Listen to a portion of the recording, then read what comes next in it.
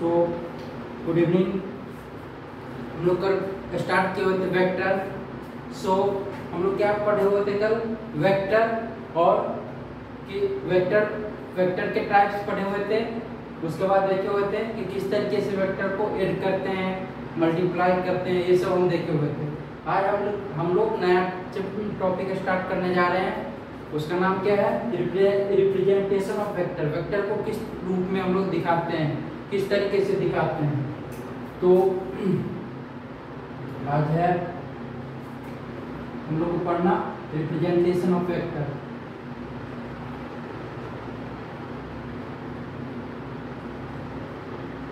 Representation of vector. तो representation of vector क्या है? जैसे कि हम वेक्टर का जो साइन होता है, जैसे कि क्या करते हैं, ये एरो की तरह इस तरीके से और इस तरीके से शो करते हैं, ठीक है। इसको हम लोग क्या बोलते हैं? वेक्टर। जैसे कि ये क्या है? लेंथ। ये किस चीज को शो करता है? ये मैग्नीट्यूड को शो करता है।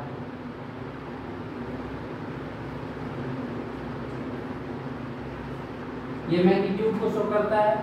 और मैग्नीट्यूड क्या कहलाता है? ये क्या होता है?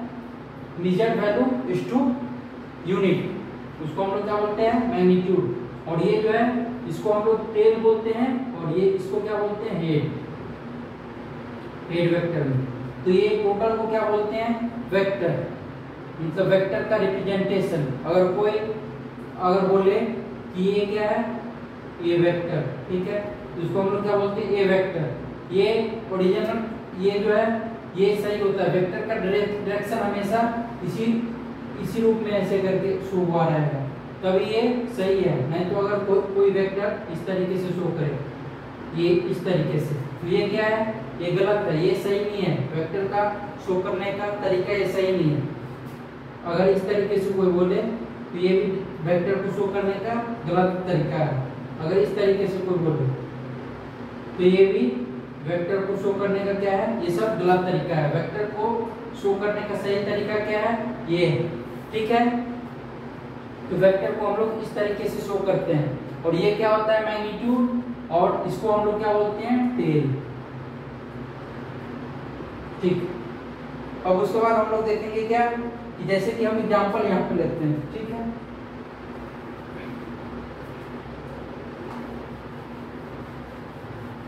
पहले समझते हम,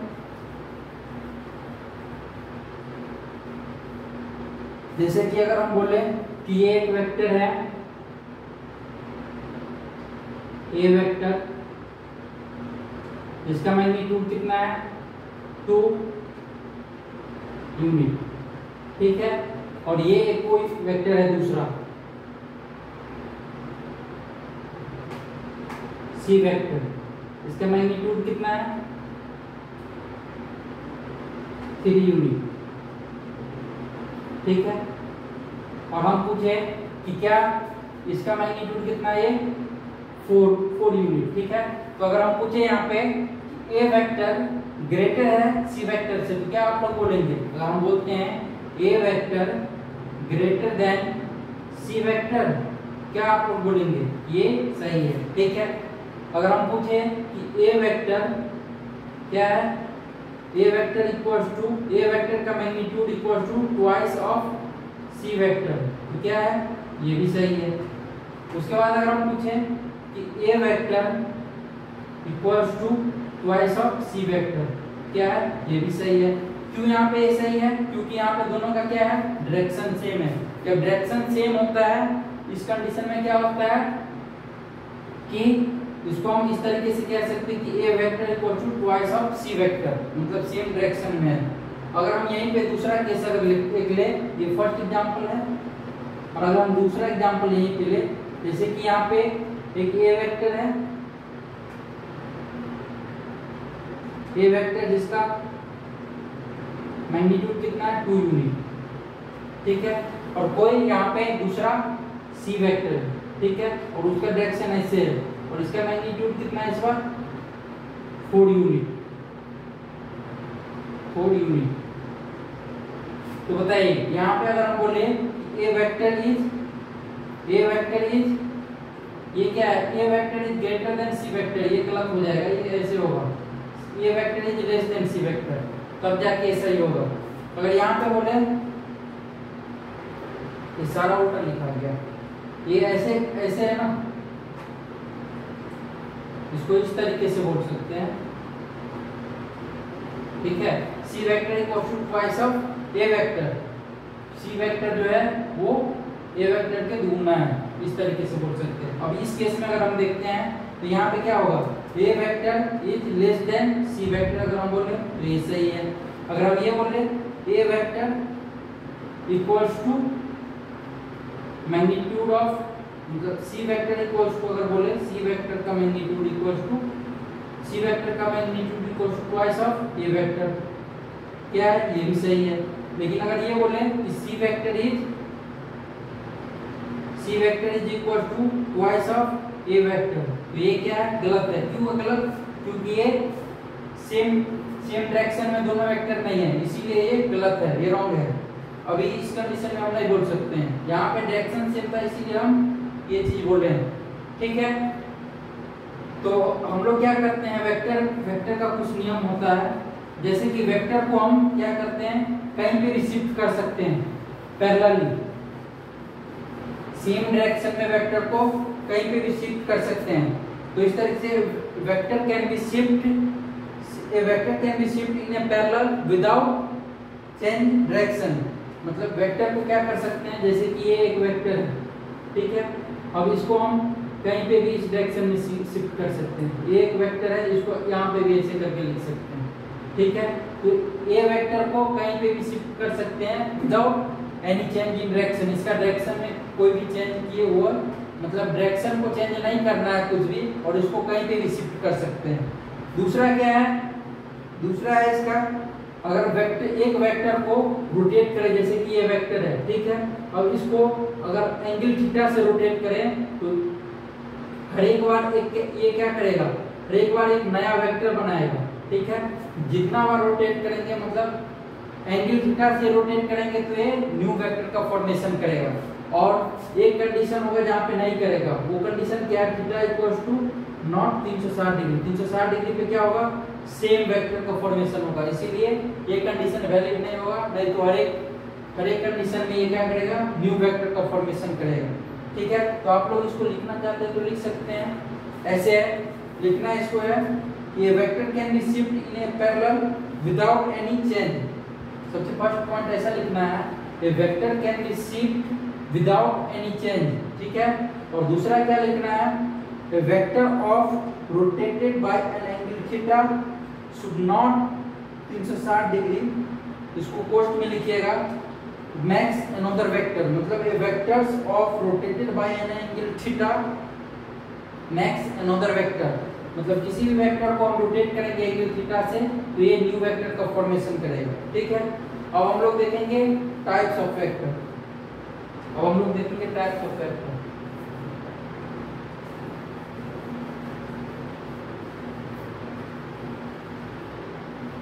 टाइप्स ऑफ वेक्टर।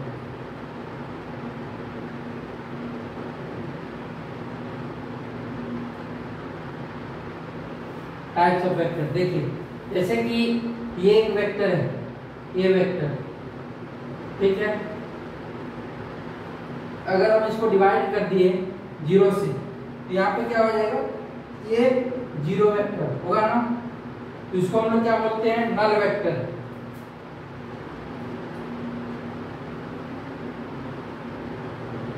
ऐसा वेक्टर जिसका मैग्नीट्यूड क्या हो, 0 हो और आर्बिट्रेरी डायरेक्शन हो, कोई भी डायरेक्शन इसका हो सकता है, कोई डिफरेंट डायरेक्शन नहीं है, किसी भी डायरेक्शन में ये हो सकता है, इसको हम लोग क्या बोलते हैं, नल वेक्टर।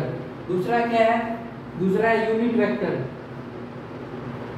इसका नाम से ये स्पष्ट है, जैसे यूनिट वेक्टर। यूनिट वेक्टर क्या होता है, ऐसा वेक्टर जिसका मैग्नीट्यूड क्या हो, यूनिट हो, और ये किस लिए यूज करते हैं हम लोग, ये डायरेक्शन को शो करने के लिए यूज करते हैं,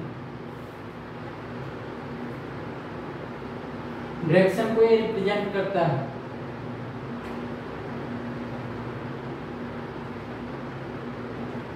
डायरेक्शन को रिप्रेजेंट करता है। उसके बाद आता है जैसे कि क्या है यहाँ पे अगर हम कुछ देखें फ्रॉम, तो अगर हम आपको बोले कि A vector minus A vector क्या हो जाएगा यहाँ पे जीरो वेक्टर, इसको हम लोग क्या बोलते हैं null vector. A vector plus minus zero vector ये क्या हो जाएगा ए वेक्टर। उसके बाद A vector dot zero vector तो जीरो वेक्टर नल वेक्टर हो जाएगा। इस तरीके से कुछ है, ठीक है। अब हम लोग देखेंगे और कुछ टाइप ऑफ वेक्टर का, वो सब ये भी देखेंगे। क्या है यूनिट वेक्टर, अभी तो यूनिट वेक्टर बताए हैं, इसका मैग्नीट्यूड क्या हो 1 हो और इसका डायरेक्शन ये यूज किया जाता है डायरेक्शन इंडिकेट के लिए।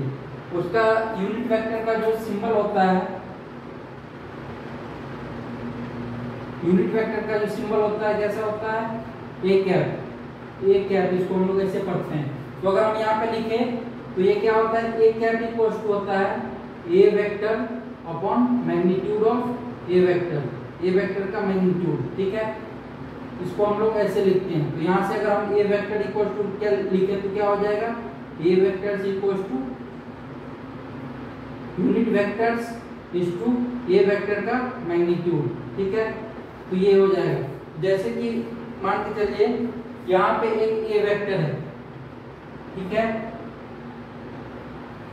और दूसरा यहाँ पे कोई यूनिट वेक्टर है,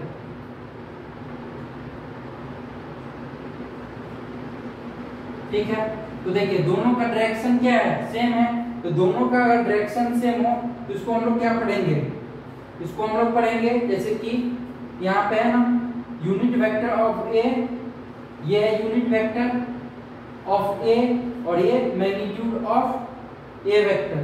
तो इसको हम लोग क्या पढ़ेंगे, जैसे कि अगर ये बोल दे 5b वेक्टर, तो A vector of magnitude 5 in the direction of b vector, मतलब ऐसा वेक्टर जिसका मैग्नीट्यूड कितना हो 5 हो और वो किस डायरेक्शन में हो b वेक्टर के डायरेक्शन में हो। तो इसको इस तरीके से पढ़ना है A vector of magnitude 5 in the direction of b vector, ठीक है। जैसे कि अभी हम एग्जांपल से इसको समझेंगे। देखिए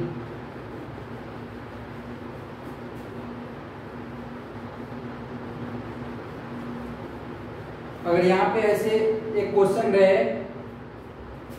क्वेश्चन है इस तरीके से चूज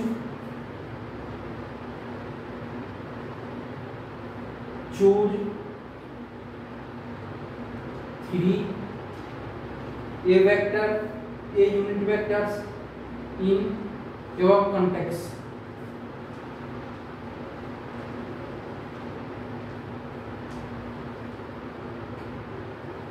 ठीक है। अब यहाँ पे एक ऐसा क्वेश्चन है कि ए वेक्टर ये है,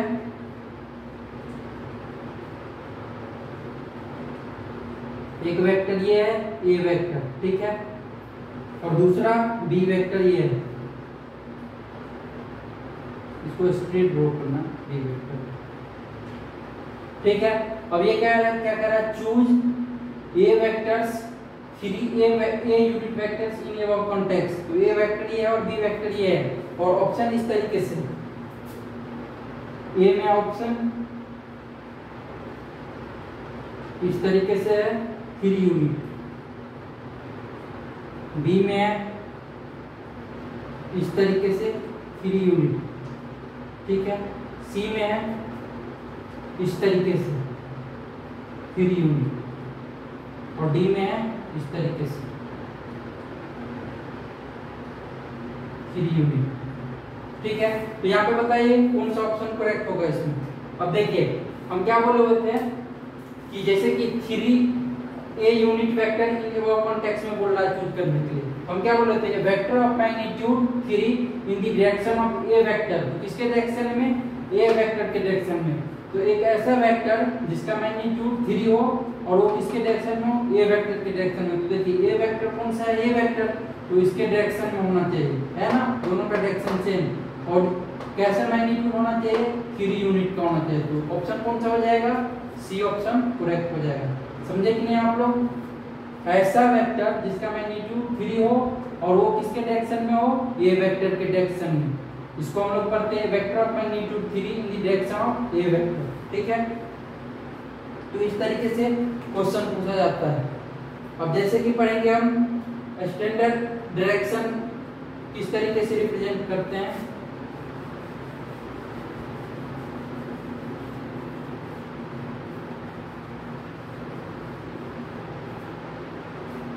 जैसे कि अगर इस तरीके से रहे x y z, ठीक है, तो इसको क्या पढ़ते हैं x I cap, y j cap और z k कैप। ठीक है, तो unit vectors in the direction of x axis, unit vector in the direction of y axis, unit vectors in the direction of z axis, इस तरीके से इसको पढ़ते हैं। इक्वल वेक्टर क्या होता है, ऐसा वेक्टर जिसका मैग्नीट्यूड और डायरेक्शन दोनों सेम हो, मतलब ऐसा वेक्टर जिसका 3 यूनिट मैग्नीट्यूड हो और डायरेक्शन भी इधर ही है। दूसरा वेक्टर जिसका यूनिट 3 हो और डायरेक्शन भी सेम हो, इसको हम लोग क्या बोलेंगे, इक्वल वेक्टर।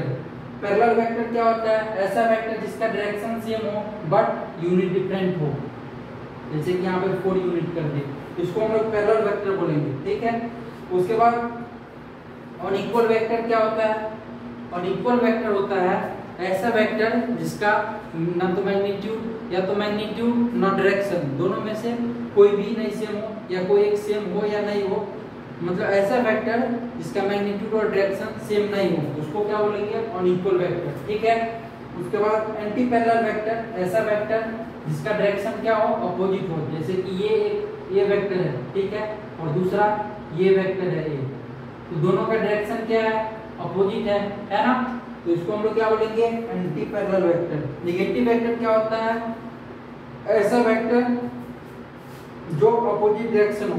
ठीक है, ये एंटी पैरेलल की तरह होता है, बट इसमें क्या होता है, नेगेटिव वेक्टर में जो होता है,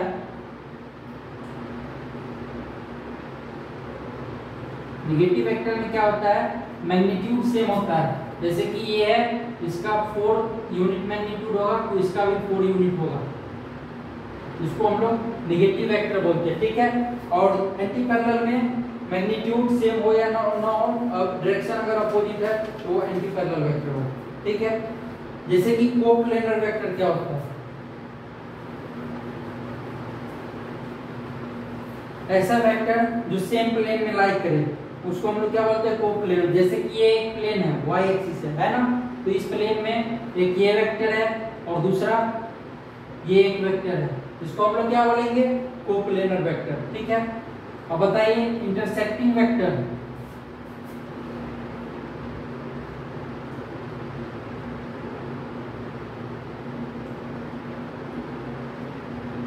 इंटरसेक्टिंग वेक्टर क्या होता है, मान के चलिए अगर हम ये पूछे ये एक वेक्टर ए है, ठीक है, और ये दूसरा वेक्टर बी है, अब बताइए क्या ये इंटरसेक्टिंग वेक्टर है, ये क्रॉस कर, और बताइए ये भी अगर ये एक है और दूसरा ऐसे है, ये एक वेक्टर है ए और ये एक वेक्टर है बी, क्या ये इंटरसेक्टिंग वेक्टर है, बताइए, ए इंटरसेक्टिंग वेक्टर है और 2 इंटरसेक्टिंग वेक्टर है।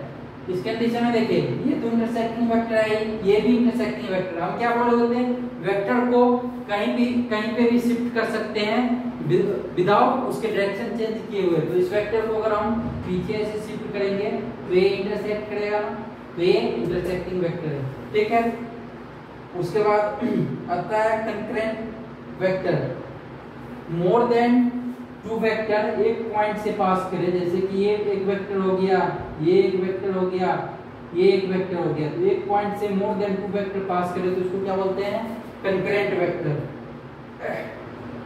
एसक्यू वेक्टर क्या होता है, जैसे कि मान के चलिए ये आपका रूम है, ठीक है, और इसमें एसक्यू वेक्टर में न ही एंटी पैरेलल होना चाहिए और न ही पैरेलल होना चाहिए। ठीक है, ऐसा वेक्टर जो ना तो ये पैरेलल हो और ना ये एंटी पैरेलल हो, इसको हम लोग क्या बोलते हैं, एसक्यू वेक्टर्स। जैसे कि समझिए इसको ऐसे, ये एक रूम है और रूम में एक, जैसे कि ये एक इस तरीके से, 3 डायग्राम में इसको सोचने का कोशिश कीजिएगा तो समझ में आएगा। ये मान लीजिए एक रूम है, एक वेक्टर यहाँ पे है और दूसरा वेक्टर क्या कर रहा है, एक वेक्टर इस कोने से पास हो रहा है और दूसरा वेक्टर इस कोने से पास हो रहा है। तो ना ही ये शिफ्ट करके किसको ए इंटरसेक्ट करेगा और ना ही ये पैरेलल है और ना ही ये एंटी पैरेलल, ठीक है। तो इसको हम लोग एसक्यू वेक्टर बोलते हैं। और वेक्टर में एक और रूल होता है कि वेक्टर का एंगल हमेशा या तो हेड टू हेड ज्वाइंट करके लेते हैं या टेल टू टेल ज्वाइंट करके लेते हैं। जैसे ऐसे देखिए ये वेक्टर है, ठीक है, और दूसरा वेक्टर एक ये है, ठीक है। अब बताइए इसका एंगल क्या होगा, कौन सा होगा, एंगल कौन सा होगा, ये थीटा। दोनों का टेल टेल ज्वाइंट है ना, तो यहाँ पे एंगल को बनाएंगे। जैसे मान के चलिए अगर यहाँ पे एक वेक्टर दूसरा दे, ठीक है, ये एक वेक्टर है, ठीक है, ये वेक्टर और दूसरा भी वेक्टर ये है। अब हम आपसे पूछे कि एंगल कौन सा होगा, तो बताइए कौन सा एंगल होगा इसमें। तो आप लोग क्या करेंगे, इसको ये तो ऐसे ही रहेगा इस डायरेक्शन में ये वेक्टर, और बी वेक्टर को सेम डायरेक्शन में शिफ्ट कर सकते हैं कि नहीं। तो देखिए इसको हम क्या किए, शिफ्ट कर दिया आगे इसमें। तो ये हो गया एंगल, ये क्या हो गया, वेक्टर का एंगल, ठीक है। तो इस तरीके से मतलब angle between two vectors are measured in head to head और tail to tail joint condition, ठीक है। तो कल हम लोग पढ़ेंगे वेक्टर लॉ ऑफ एडिशन। आज के लिए इतना ही, और कोई डाउट है तो आप लोग कमेंट कीजिएगा। Thank you.